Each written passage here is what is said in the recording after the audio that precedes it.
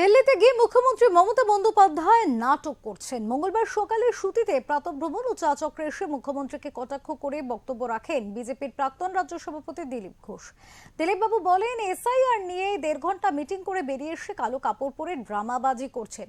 ওনারা drama politics সবই বুঝে গিয়েছে, সবকিছু করেও কালো কাপড় পরে ড্রামা করছেন। আসলে উনি বুঝে গিয়েছেন সবকিছু হাতের বাইরে চলে গিয়েছে, আর কিচ্ছু করার নেই। পাশাপাশি হুমায়ুন প্রসঙ্গে তিনি বলেন, নতুন দল করেছেন সেটা ভালোভাবে করুন। বেশ কিছুদিন দলে ব্রাত্য ছিলেন দিলীপ। অমিত শাহর সঙ্গে বৈঠকের পর ফের দিলীপের সক্রিয়তা অনেক বেড়েছে। পরিবর্তন সংকল্প যাত্রায় দিলীপকে সেভাবে দেখা না গেলেও তিনি জেলায় জেলায় ঘুরে জনসংযোগ বাড়ানোর চেষ্টা করছেন।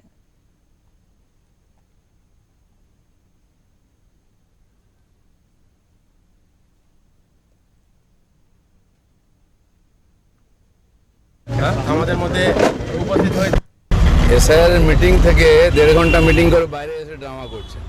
ওনার এই ড্রামা পলিটিক্স বুঝে গেছে সবাই। সব হয়েও কালো জামা কাপড় পরে দাঁড়িয়ে সব রেডি হয়ে গেছেন, এগুলো করবেন। আগের থেকে স্ক্রিপ্ট রেডি ছিল, কারণ আর কিছু করার নেই, হাতে বাইরে চলে যাচ্ছে পরিস্থিতি। এইসব নাটকবাজি করে যতদিন চালানো যায়।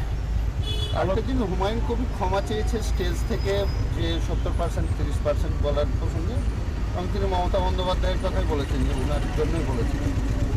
জানি না, আগামী দিনে দেখা যাবে। উনি যেটা করছেন সেটা করুন, পার্টি করছেন ভালো করে করুন।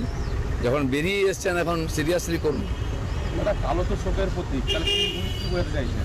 হ্যাঁ, তার মানে শোক পালন হবে এপ্রিলের পর থেকে, বোঝা যাচ্ছে।